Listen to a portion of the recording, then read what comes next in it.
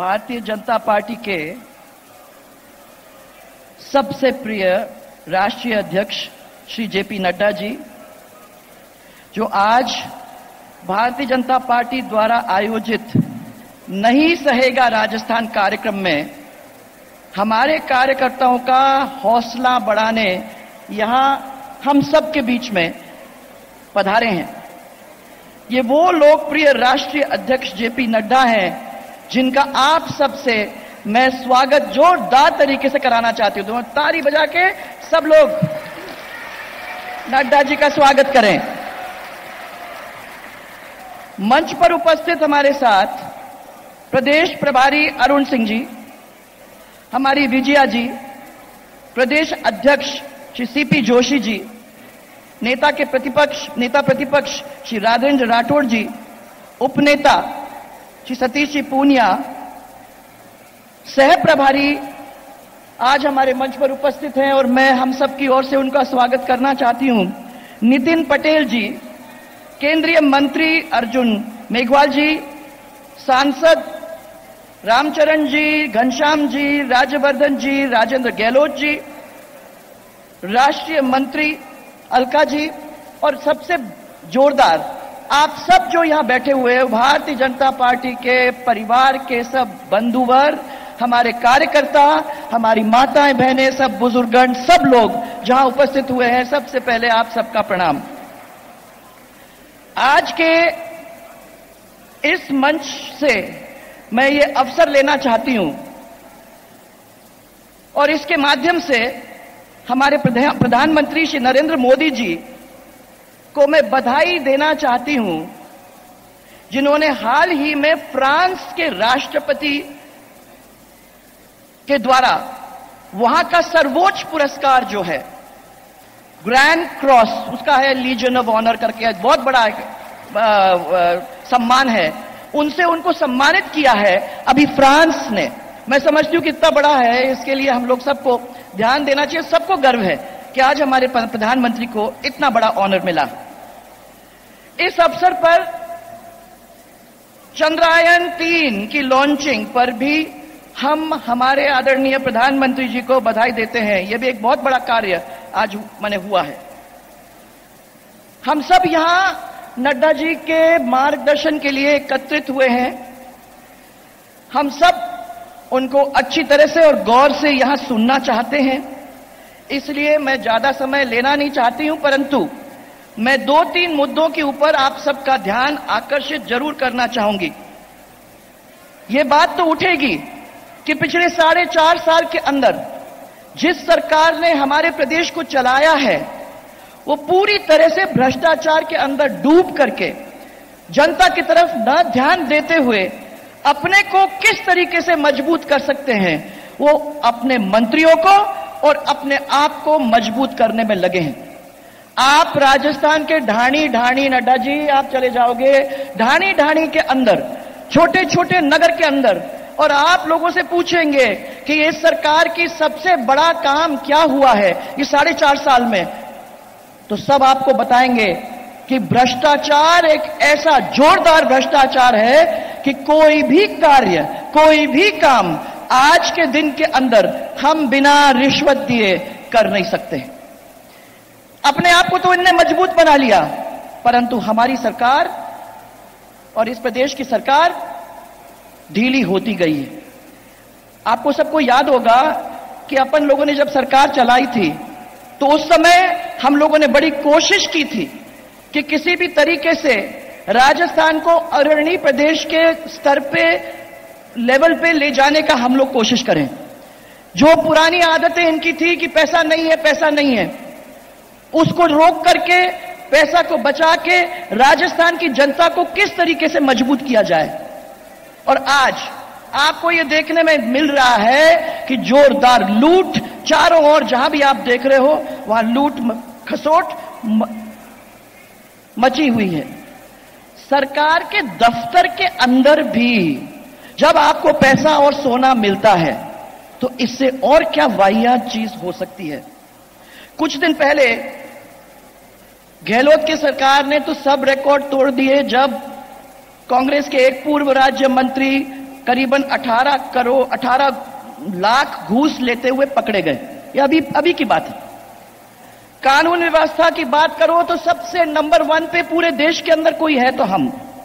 महिला अत्याचार, दलित अत्याचार, दुष्कर्म, गैंग वॉर, लूट, हत्या, नाम लो आप, वो सब हम लोगों ने कर लिया है और सब सर्वाधिक है। धर्म परिवर्तन हो रहा है। शांति प्रिय राजस्थान के अंदर सांप्रदायिक लहरें आपको देखने को मिल रही हैं। इस सरकार की नाकामियां तो उजागर हम लोग करेंगे। ये बहुत बड़ा कार्यक्रम जो भारतीय जनता पार्टी ने अपने हाथ में लिया है, वो कार्यक्रम है जो गांव-गांव, ढाणी-ढाणी तक नहीं सहेगा राजस्थान के नाम से सबके बीच में पहुंचेगा और जो ये कांग्रेस ने काम किया है वो सब तक पहुंचा के उनको उजागर करने का काम करेगा। नाकामियां उसके साथ साथ क्या काम जो मोदी जी ने किए हैं उनको आपको जनता तक पहुंचाने का काम करना है। छोटे छोटे काम पर बहुत बड़ा उनका असर। किसान के खाते में जमा हो रहा है 6,000 रुपया, वो लोगों के बीच में पहुंचा है। गरीबों के घर बन रहे हैं। भारत में कोई भूखा न सोए, उसको ध्यान में रखते हुए गरीब कल्याण योजना, मुफ्त अनाज सब लोगों को मिल रहा है। और चुनाव में मुफ्त की बात तो अपन जब कर ही रहे हैं तो मैं ये कहूंगी मुफ्त योजना में कांग्रेस चुनाव का एक बहुत बड़ा मुद्दा जो है वो अपने को लेने की कोशिश है अपने हाथ में। आज इसकी काट हम मोदी जी के अच्छे काम से कर सकते हैं।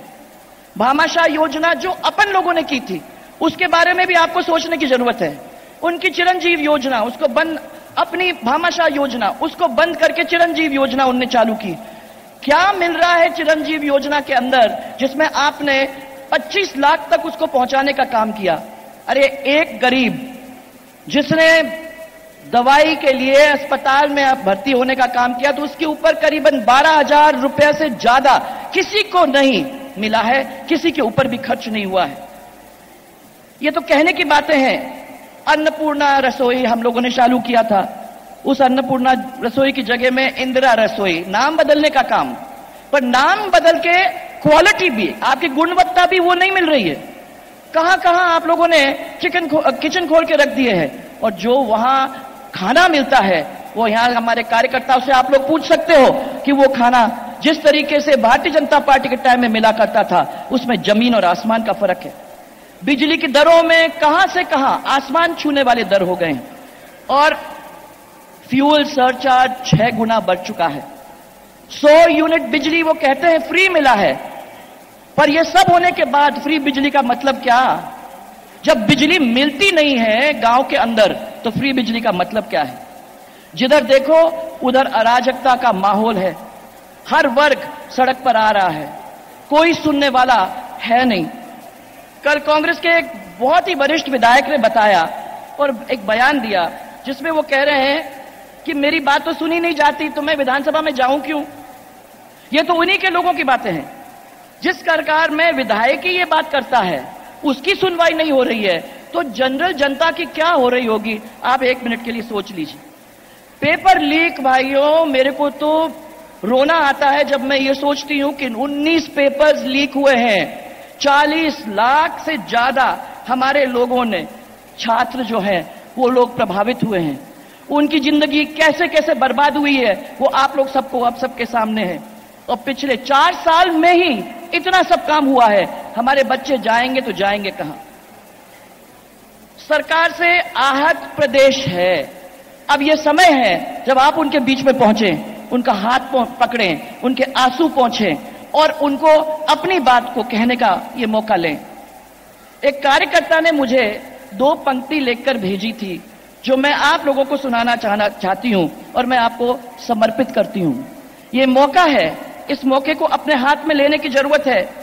वो लिखता है मुझे, युवा पीड़ित है, किसान पीड़ित है, युवा पीड़ित है किसान, दलित दुखी है, महिला है परेशान, कदम कदम पर सबका है अपमान।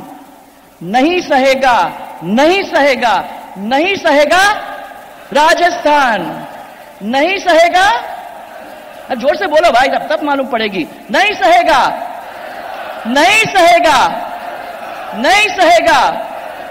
आप सबको एक जोरदार नारा इनके सामने अपन करेंगे, एक आवाज ऐसी निकलनी चाहिए कि गूंजे, जय जय राजस्थान, जय जय राजस्थान। और इस राजस्थान की लड़ाई हम लड़ेंगे और जूझ करके, लड़ करके हम कमल को खिलाएंगे, भारतीय जनता पार्टी की सरकार को बनाने का काम करेंगे। ये हम सब एक एक जो यहां बैठे हैं उनकी सबकी जिम्मेदारी है। मैं ये याद दिलाने के लिए आप लोगों के बीच में आई हूं और मैं विश्वास करती हूं कि नड्डा जी के साथ साथ भारतीय जनता पार्टी चलेगी और ये परिवर्तन करने में पूरी तरह से कामयाब होगी। आपको बहुत बहुत सबको धन्यवाद।